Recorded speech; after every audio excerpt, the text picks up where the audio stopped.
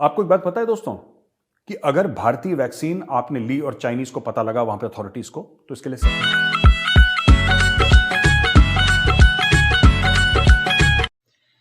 Hello दोस्तों, सत श्री अकाल, नमस्ते, अस्सलाम वालेकुम, वेलकम बैक। तो कैसे हैं आप? आई होप आप सब ठीक ठाक होंगे। मेरा नाम है अबूजर गिल और मेरा नाम है वकास। तो आज की वीडियो जो है वो मेजर गौरवारिया की है। तो उसका टॉपिक जो है उसका टॉपिक है Chinese don't trust there vaccine by Indian. तो इंडियन वैक्सीन के ऊपर उनको ट्रस्ट है, अपनी वैक्सीन के ऊपर उनको ट्रस्ट भी नहीं है। अभी रिसेंटली मेजर गौरवारिया की ये वीडियो आई है, इसके ऊपर रिएक्शन देते हैं। तो स्टार्ट करते हैं। उससे पहले चैनल कर लें सब्सक्राइब, बेल आइकन को प्रेस कर लें ताकि मजीद अच्छी अच्छी वीडियोस देखने को मिलती रहें। तो चलिए जल्दी से स्टार्ट करते हैं। स्टार्ट। जय हिंद दोस्तों, मैं हूं मेजर गौरवारिया और आप देख रहे हैं दी चाणक्य डायलॉग्स। दोस्तों इस वीडियो को लाइक करिए, हमारे चैनल को सब्सक्राइब करिए और बेल आइकन दबाना बिल्कुल मत भूलिएगा। अच्छा, चीन में कोविड की दवाइयां हो रही खत्म, अब वो मिल नहीं रही। वो ऐसी नकली नुकली दवाइयां बनाते हैं चीनी, आपको पता ही है।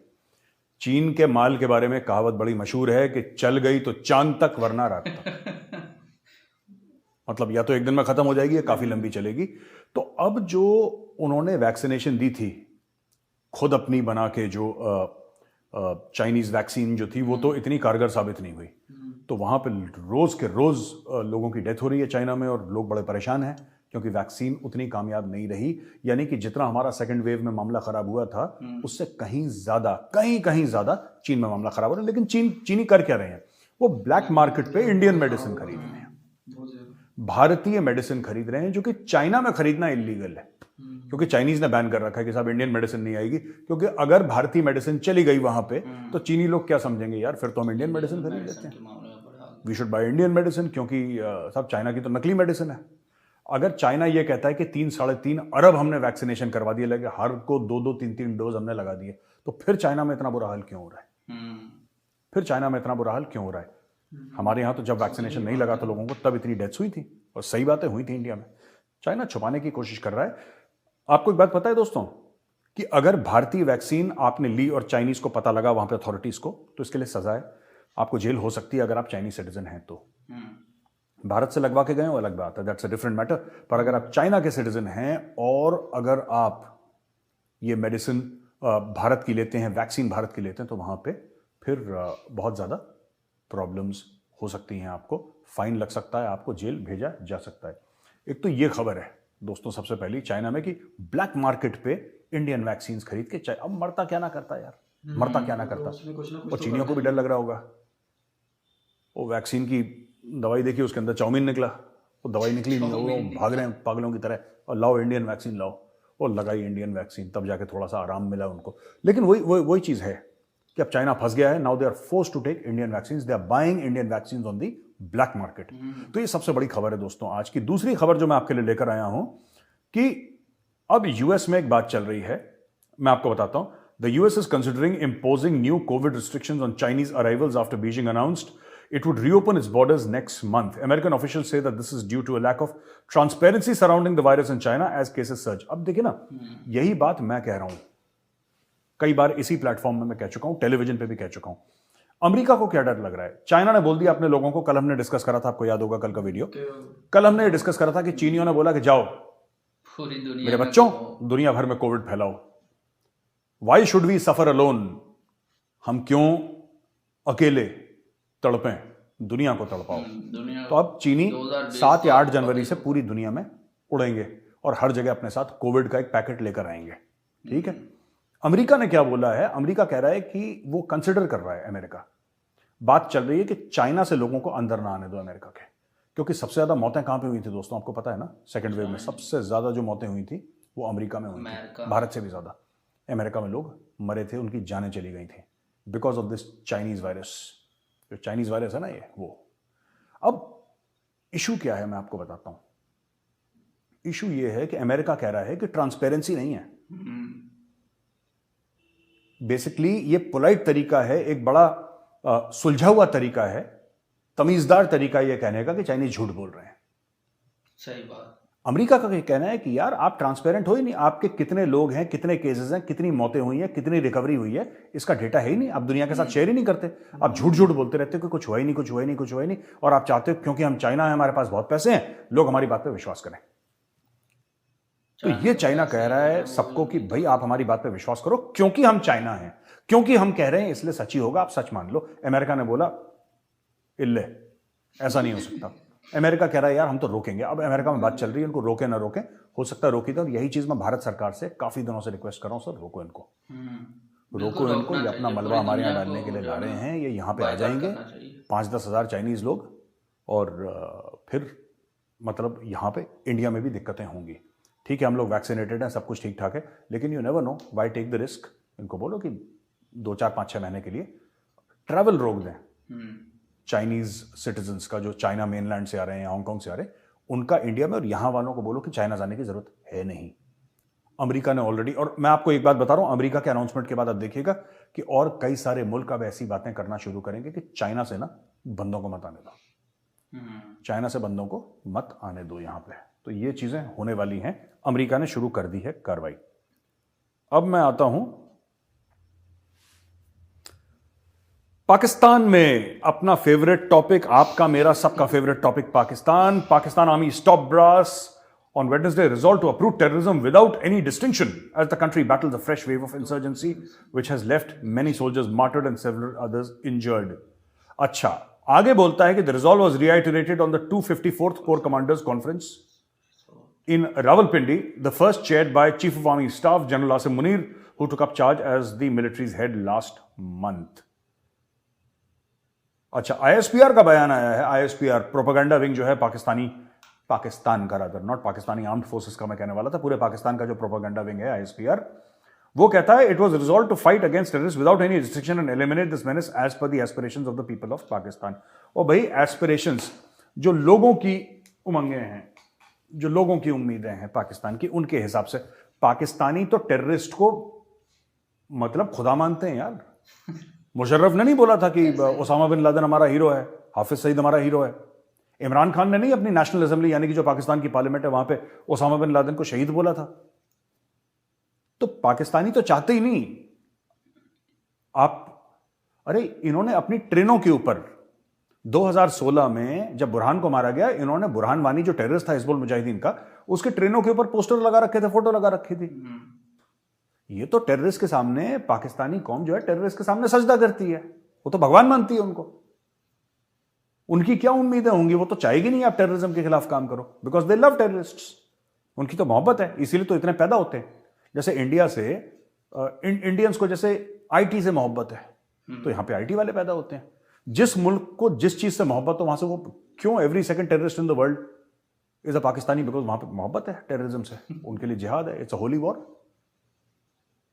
तो general Asim Munir core commanders conference जो हुई है 254th, पता नहीं कितनी कैसी क्या है वो, तो उसके अंदर वो कह रहे हैं कि साहब हम बिना डिस्टिंक्शन के, बिना भेदभाव के, बिना फर्क किए हम सारे टेररिस्ट के खिलाफ एक्शन लेंगे। ये झूठ बोला आर्मी चीफ ने पाकिस्तान के। क्यों बोला झूठ? ये भाई ये लाहौरी चूरन है, इसको मैं कहता हूं लाहौरी चूरन। जो पाकिस्तानी झूठ बोलते हैं ना, उसको लाहौरी चूरन बोलता हूं मैं, क्योंकि 90% तो इन लोगों ने खुद बना रखे हैं। अब मैं आपको एक एग्जांपल देता हूं ये होता कैसे है, और ये बात सच भी है, सिर्फ एग्जांपल तक मत सोचिएगा, ये एग्जाम्पल तक महदूद नहीं है, मैं आपको बताता हूं इसमें सच क्या है। मिड या लेट 80s में, let's take the example of Hafiz Saeed. Hafiz Saeed the head of Lashkar Taiba, फलाह इंसानियत फाउंडेशन, फलाना ढिमका जो भी है उसका जो हेड है, ठीक है। हाफिज सईद को आप ले लीजिए, जिसने कि 26/11 करा और कश्मीर में जिसको कहते हैं कि अनगिनत टेररिज्म के अटैक्स करवाए उसने। हाफिज सईद को ले लीजिए। हाफिज सईद, राइट, हाफिज सईद जब शुरू अपना करियर कर रहा था मिड 80s में या लेट 80s में, जनरल जियाउल हक के आशीर्वाद से, उस समय जनरल आसम मुनीर, अब देखिए लेफ्ट हैंड साइड में आप रखिए हाफिज सईद को, राइट हैंड साइड में देखिए आसिम मुनीर को, जो अभी आर्मी चीफ है पाकिस्तान का।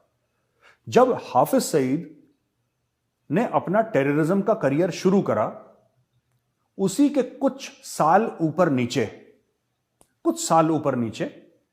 जनरल आसिम मुनीर ने अपना पाकिस्तानी फौज में करियर शुरू करा, राइट। मैं आपको एग्जांपल दे रहा हूं जनरल आसिम मुनीर का, क्योंकि आप लोग जानते हैं पाकिस्तान का आर्मी चीफ हैं, आप लोगों ने नाम सुना ही होगा, इसलिए मैं उनका एग्जाम्पल दे रहा हूं, राइट। ऐसे कई सारे जर्नल हैं पाकिस्तानी फौज में, कई सारे। जनरल आसिम मुनीर सिर्फ एक नाम मैंने आपको बताया।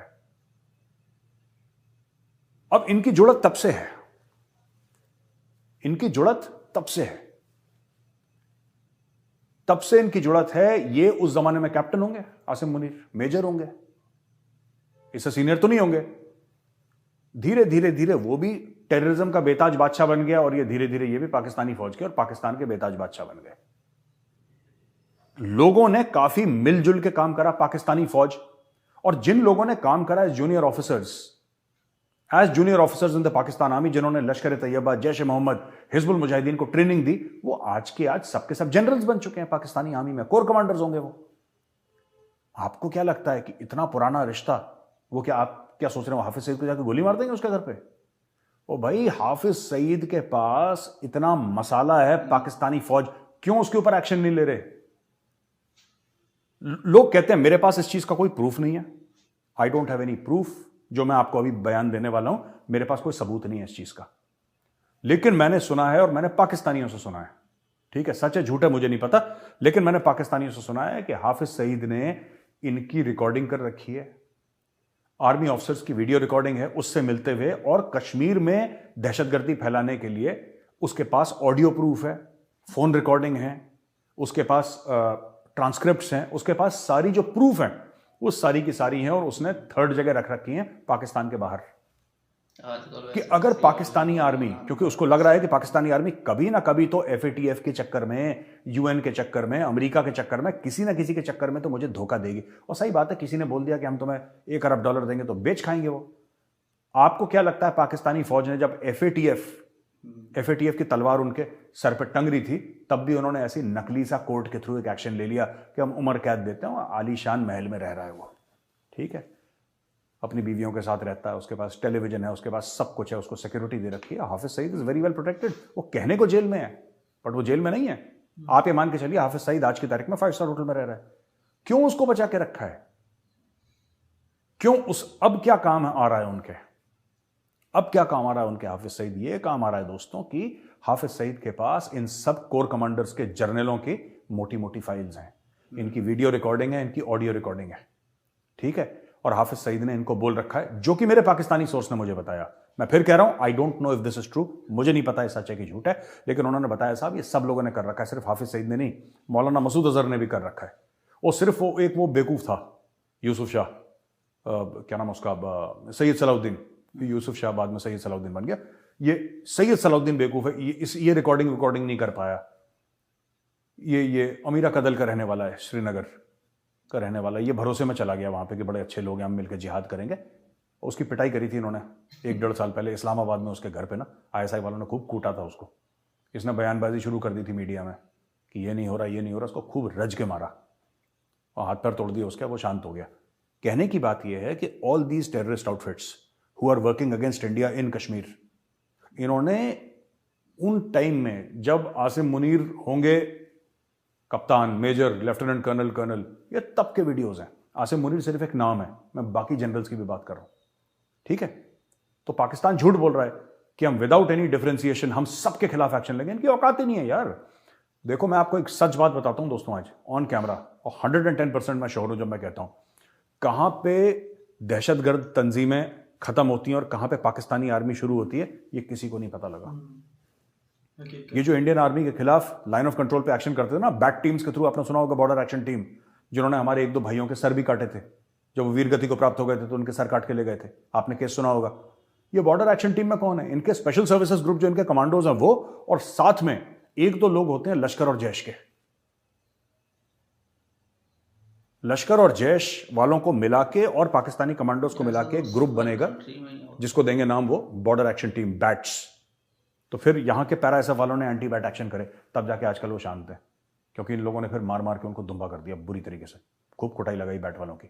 लेकिन बॉर्डर एक्शन टीम में थे कौन? यही तो Pakistani army and terrorist groups operate together. ये तो इनका कच्चा चिट्टा जानते हैं भाई।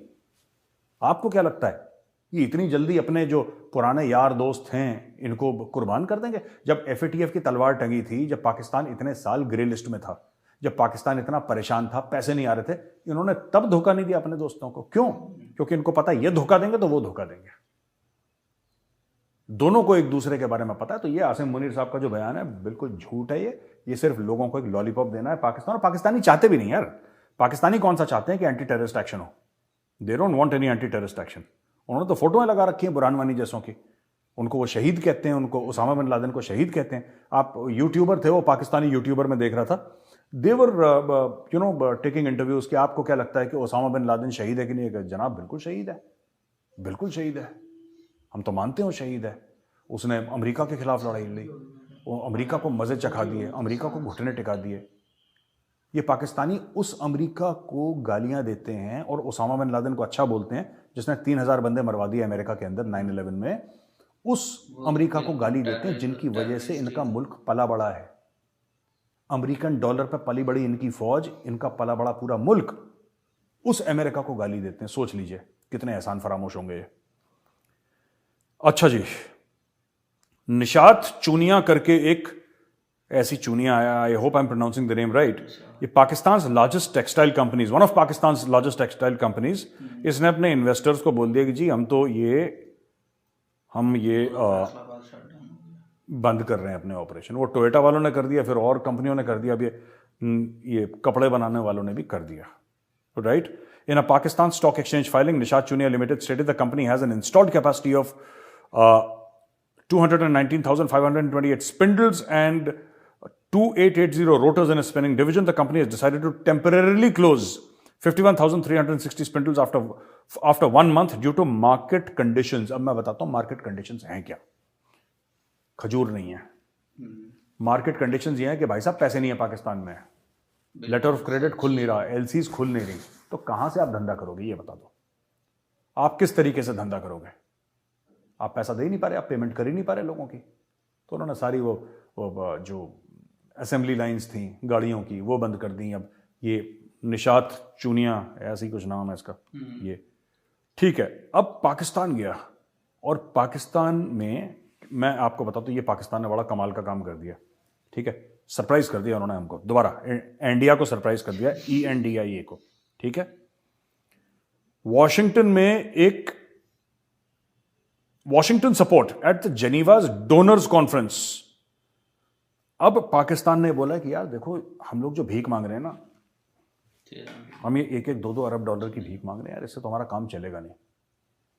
अगर मुंह फाड़ना है तो फिर वो बिल्कुल जो कहते हैं ना घड़ियाल वाला या फिर दरियाई घोड़ा हिप्पोपोटामस, वैसा मुंह फाड़ो यार। तो ये छोटा मोटा मुंह 1 अरब 500 ये सब नहीं करना हमने।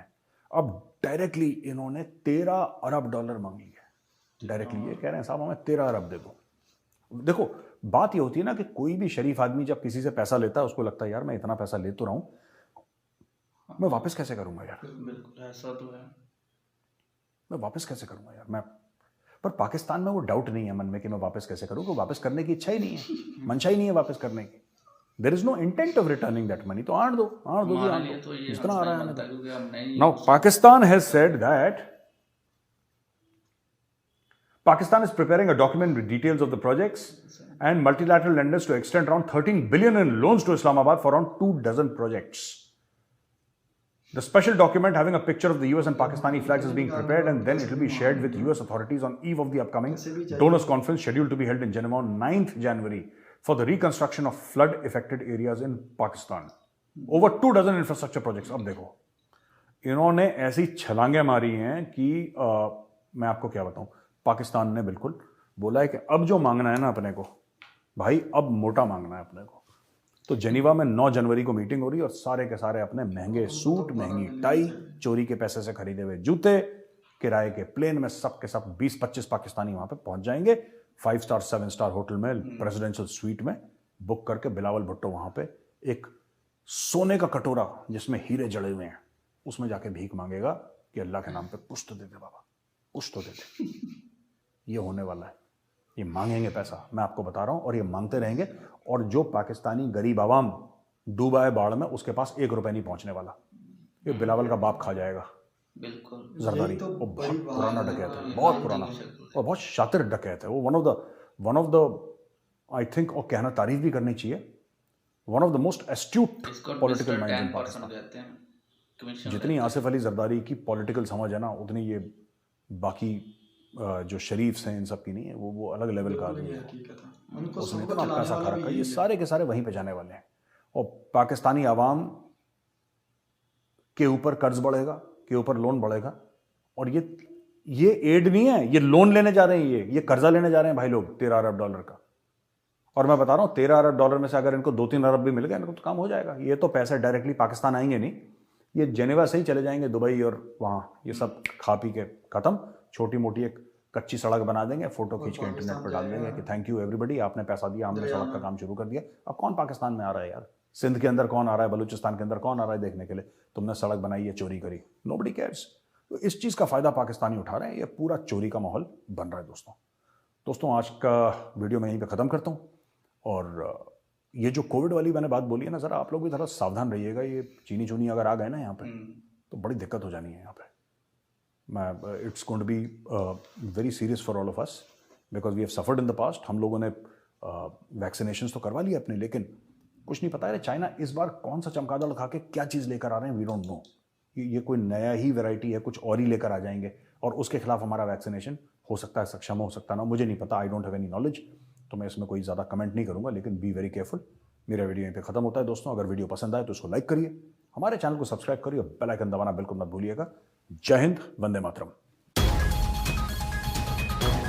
तो दोस्तों आज की इस वीडियो में मेजर गोरवारिया साहब ने सबसे पहले जो है वो कोविड के बारे में बात की कि जो ना कोविड जो चाइना में बहुत ज़्यादा फैल रहा है और वो खुद की वैक्सीन यूज़ करने की बजाय अमेरिका से शायद वो इंडिया से वो जो है ना ले रहा है वैक्सीन। और वैसे भी उसने खुद तो वहाँ पर बैन की हुई है गवर्नमेंट ने, चाइना की गवर्नमेंट जो है उसने वैक्सीन बैन की हुई है, मगर वहाँ के लोग जो हैं वो इंडिया की वैक्सीन यूज़ करने के ऊपर जो है ना इत्तेफाक करते हैं और वो चाहते हैं कि हम इंडिया की वैक्सीन यूज करें। हाँ। क्योंकि वो तो उनकी नकली है, वो तो सही चलती है, मतलब कि सही उसका उन्होंने देखो वैक्सीन लगाई भी मगर उसका जो असर जो ना हुआ ही नहीं उसको तो। और वहाँ पर कोविड जो है ना फिर से फैल गया और अब पूरी दुनिया को ना ख्याल रखना पड़ेगा अपनी अपनी कंट्रीज का, अपने अपने लोगों का, कि चाइना से बच के रहें। और ज़्यादा बेहतर यही है कि चाइना का जो है ना बायकॉट किया जाए।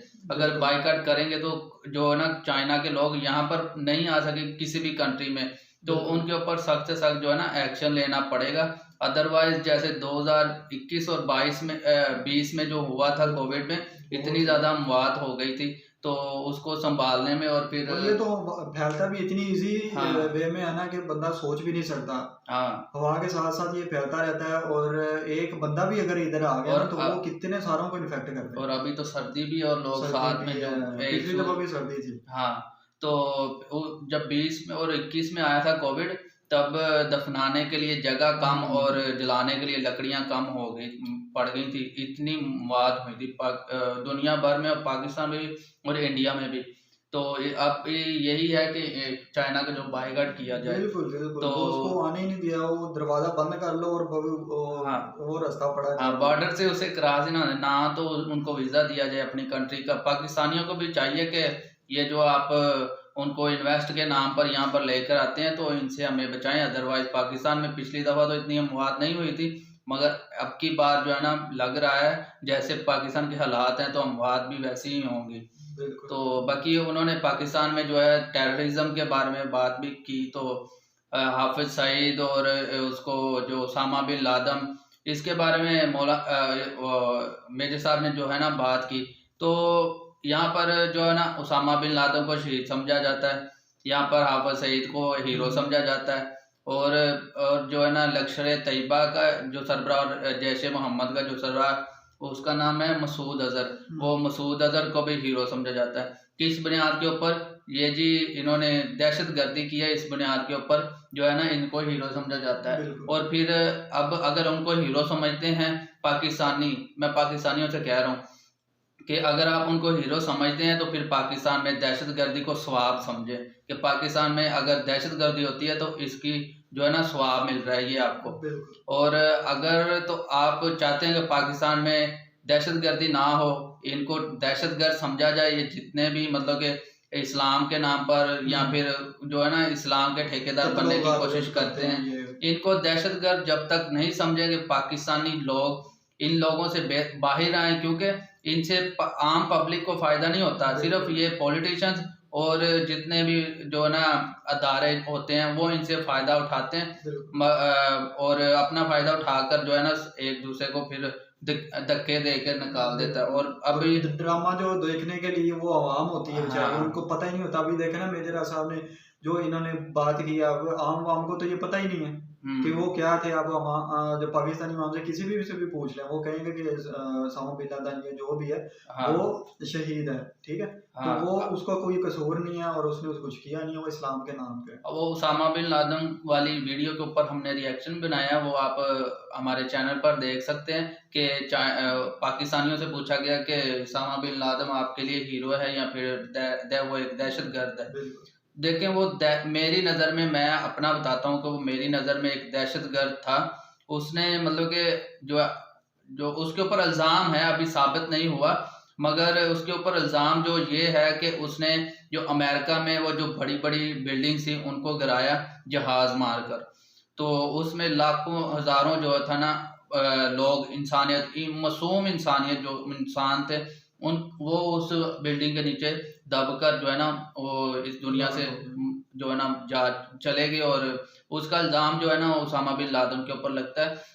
बाद में उसामा बिन लादेन को मारा भी पाकिस्तान में गया था और इसी वजह से पाकिस्तान के ऊपर जो है ना सैंक्शन लगी थी FATF की ऊपर। और फिर पाकिस्तान उसके बावजूद ये देखें, हाफिज सईद को सिर्फ उम्र कैद उन्होंने सुना दी और उसको जो मुझे भी लगता है कि उसको जो फैसिलिटीज हैं वो एक प्राइम मिनिस्टर के इक्वल मिलती होंगी।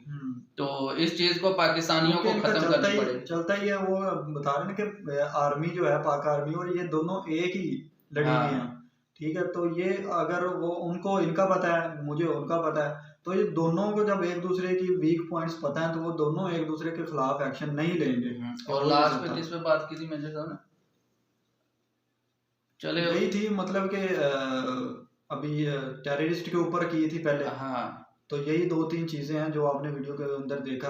हाँ, मेजर साहब की ऐसी और वीडियोस देखकर बहुत नॉलेज मिलता है। तो ऐसी वीडियोस पर और भी रिएक्शन आते रहेंगे। अगर आपको ये वीडियो अच्छी लगी है तो इसको लाइक करके दोस्तों के साथ शेयर जरूर कर दीजिएगा। एक लाइक और एक शेयर जरूर होना चाहिए। आपके एक लाइक और शेयर से जो है ना हमारा फ्रेंड सर्कल जो है बढ़ जाएगा, तो हमारी हेल्प भी हो जाएगी। तो आप हमें सपोर्ट करते रहें, ऐसी आपकी सपोर्ट जो है ना मिलती है तो बहुत अच्छा लगता है। तो वीडियो और भी मेजर साहब की ऐसे रिएक्शन आते रहेंगे। अगर कोई भी मिस नहीं करते वीडियोस, हम उसी टाइम बना के रिएक्शन दे के हम डाल देते हैं। डेली बेसिस पे आप चेकआउट कर सकते हैं हमारा चैनल, क्योंकि मेजर साहब की वीडियोस के ऊपर जो है ना ज्यादा डिमांड होती है कि इसके ऊपर आप रिएक्शन बनाएं, तो इसलिए हम रेगुलर उनके वीडियोस के ऊपर रिएक्शन बनाते हैं।